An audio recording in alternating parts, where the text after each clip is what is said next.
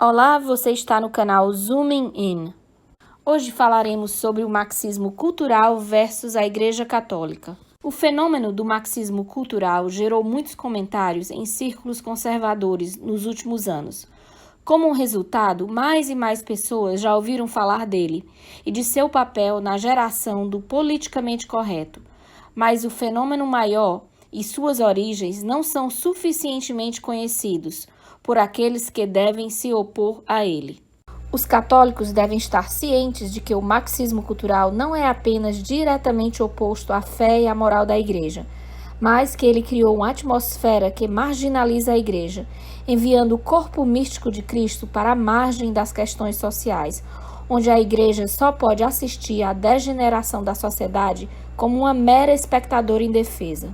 O fato de a Igreja parecer disposta a ser essa espectadora indefesa é um sinal de até que ponto esse marxismo cultural penetrou até nas próprias instituições da Igreja.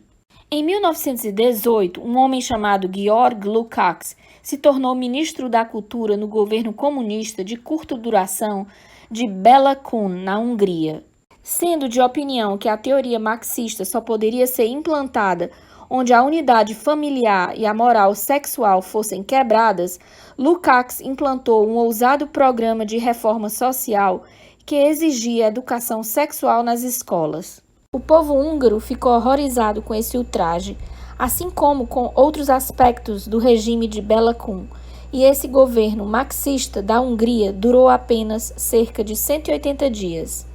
Infelizmente, 1949 traria um regime comunista duradouro para aquela grande nação de Santo Estevão. Em 1923, esse mesmo Georg Lukács apareceu para uma semana de estudo marxista em Frankfurt, na Alemanha, onde ele e outros pensadores marxistas se reuniram para discutir como eles poderiam espalhar o comunismo. O resultado final dessa reunião foi a fundação, no mesmo ano, do Instituto de Pesquisa Social, que fazia parte da Universidade de Frankfurt.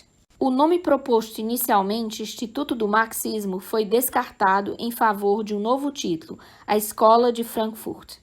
10 anos mais tarde, em 1933, quando Hitler chegou ao poder, os membros da Escola de Frankfurt decidiram que a Alemanha nazista não era um bom lugar para estar.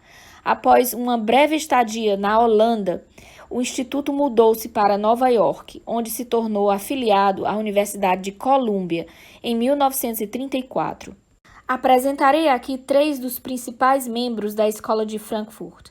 Essas pessoas odiavam a cultura ocidental e o cristianismo, querendo espalhar seu ódio por vários meios. Afinal, a cultura ocidental e o cristianismo estavam ambos no caminho do progresso do marxismo. É preciso lembrar que a teoria marxista postulou a insurreição do proletariado internacional contra a ordem burguesa existente.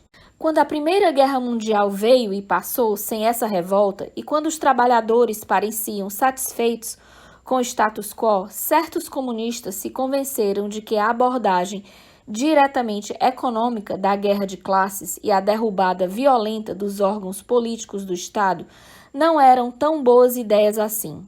Eles aprenderam com seus fracassos na Hungria e também sabiam que o que funcionava para a Rússia não funcionaria para o Ocidente.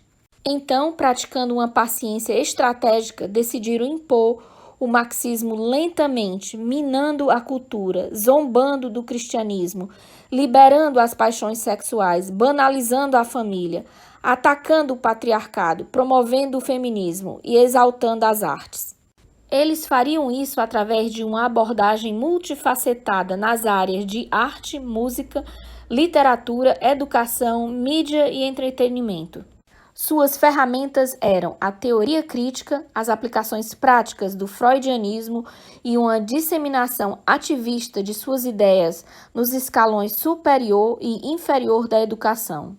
Suas ideias eram muito parecidas com as do marxista italiano Antonio Gramsci, que viu a Rússia soviética em primeira mão e notou como Lenin e Stalin fizeram os trabalhadores odiarem a nova ordem das coisas por causa do terror sancionado pelo Estado e imposto à nação.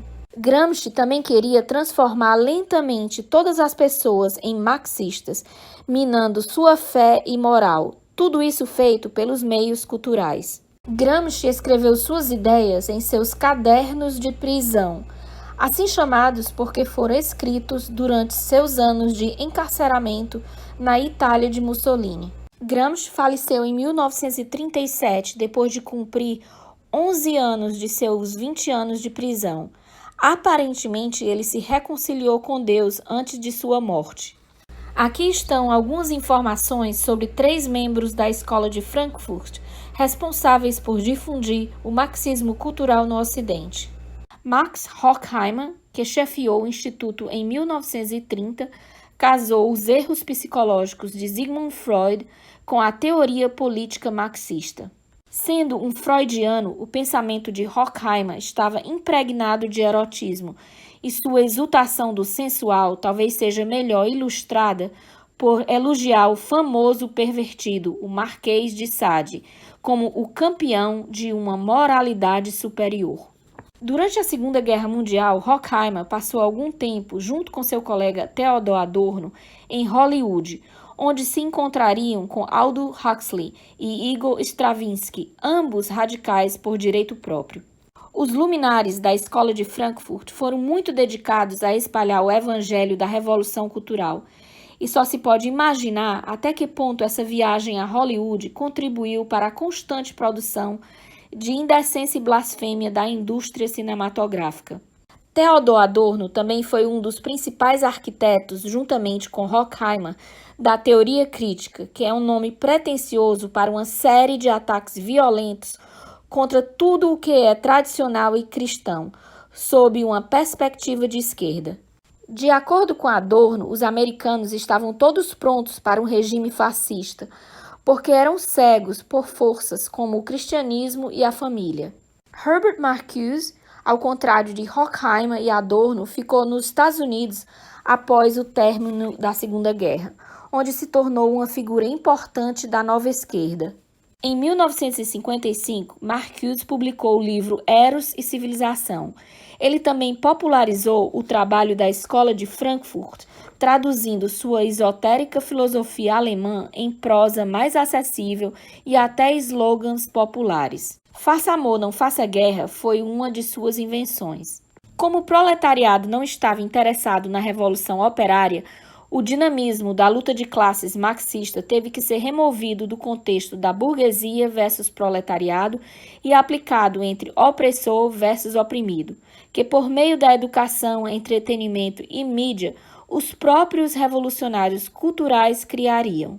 Saul Alinsky, Black Lives Matter e vários outros ativistas e movimentos, muitos financiados por pessoas como George Soros, continuaram essa dialética. O marxismo cultural e a Escola de Frankfurt não são a única explicação de nossos males sociais. Dizer isso seria um monismo terrível, mas o efeito corrosivo que esses marxistas em particular tiveram é um fator importante na explicação do estado do mundo atual. É por isso que precisamos valorizar ainda mais o que os revolucionários marxistas odeiam, os monumentos da cultura ocidental e muito mais a Igreja Católica que os construiu. Eu sou Neda Bezerra para o canal Zooming In. Se você ama a liberdade e a democracia e acredita que seus direitos inalienáveis lhe foram dados por Deus, por favor, se inscreva no canal, curta e compartilhe. Obrigada!